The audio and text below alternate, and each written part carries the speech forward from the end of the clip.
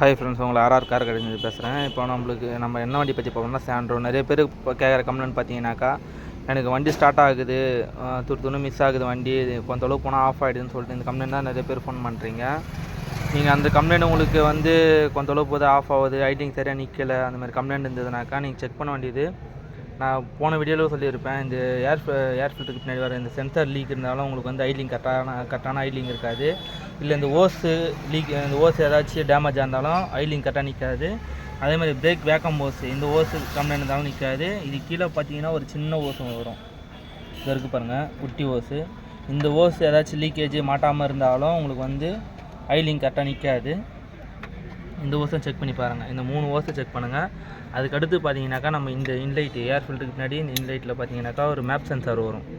இந்த சென்சார் போயிடுச்சுனாலும் வண்டி ஸ்டார்ட் ஆகாது. ஸ்டார்ட் ஆகும், ஆஃப் ஆகிடும். இந்த சாக்கெட்டை கழட்டி விட்டிங்கன்னா வண்டி ஸ்டார்ட் ஆகும், கொஞ்ச நேரம் ஓடும், அதுக்கப்புறம் ஆஃப் ஆகிடும். இந்த சென்சார் கம்ப்ளைண்ட் இருந்தாலும், மேப் சென்சார் இது பேர் இது கம்ப்ளைண்ட் இருந்தாலும் இதுமாரி ஆகும். அதுக்கப்புறமா மைலேஜுக்கு நீங்கள் ஃப்ளக்கு செக் பண்ணி பாருங்கள். ஃப்ளக்கு 4 ஃப்ளக்கு போயிருக்கா கழட்டி செக் பண்ணி பாருங்கள், பாயிண்ட்லாம் நல்லா இருக்கானான்னு சொல்லிவிட்டு. நல்லா இருந்ததுனாக்கா விட்டுருங்க. அப்படிலாம் ஃப்ளக்கு மாற்றிங்க. ஃப்ளக்கு போயிருந்தாலும் உங்களுக்கு மைலேஜ் வராது, ஸ்டார்டிங் ட்ரபிள் இருக்கும்.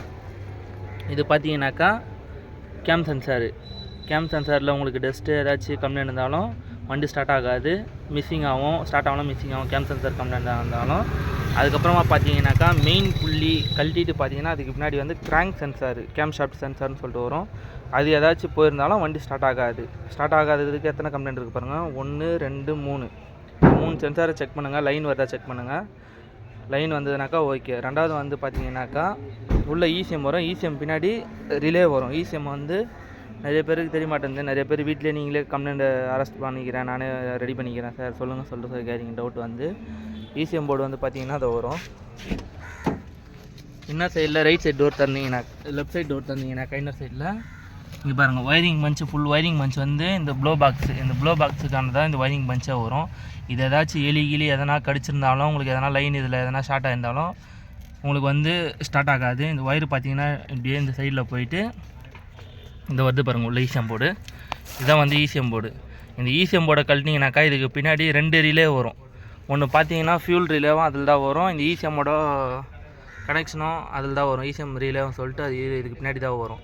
ஃபியூஸு பார்த்தீங்கன்னாக்கா நம்ம ஸ்டேரிங் கீழே ஒரு ஃபியூஸ் பாக்ஸ் இருக்கும். ஃப்ரண்டேஜில் பார்த்தீங்கன்னா ஒரு ஃபியூஸ் பாக்ஸ் இருக்கும். இதில் பார்த்தீங்கன்னாக்கா இதில் ஈசிஎம் ரிலே இருக்காது. உங்களுக்கு இந்த ஈசிஎம் போர்டு கழட்டினீங்கன்னாக்கா இதுக்கு பேக் சைடில் 2 ரிலே வரும். அந்த 2 ரிலே செக் பண்ணி பாருங்கள். 2 ரிலே டைரக்ட் பண்ணி கூட ஸ்டார்ட் பண்ணி பாருங்கள். உங்களுக்கு ஸ்டார்ட் ஆகலை அந்த மாதிரி கம்ப்ளைண்ட் இருந்தாக்கா அதிகமாக சாண்ட்ரலில் ஈசிஎம் போர்டும் போகும். ஈசிஎம் போர்டு போயிடுச்சுனாலும் உங்களுக்கு வண்டி ஸ்டார்ட் ஆகாது. ஸ்டார்ட் ஆகும், ஆஃப் ஆகும் அந்த கம்ப்ளைண்ட் இருக்கும். இல்லை செக் லைட் வராது. செக் லைட் வரலனாலும் உங்களுக்கு வண்டி ஸ்டார்ட் ஆகாது. அதனால் அந்த ரிலே செக் பண்ணி பாருங்கள். ஏதாச்சும் டவுட் இருந்ததுனாக்கா கேளுங்க, சொல்லணும். ஓகே ஃப்ரெண்ட்ஸ், நெக்ஸ்ட் வீடியோவில் பார்க்கலாம். பிடிச்சிருந்தா சப்போர்ட் பண்ணுங்கள்.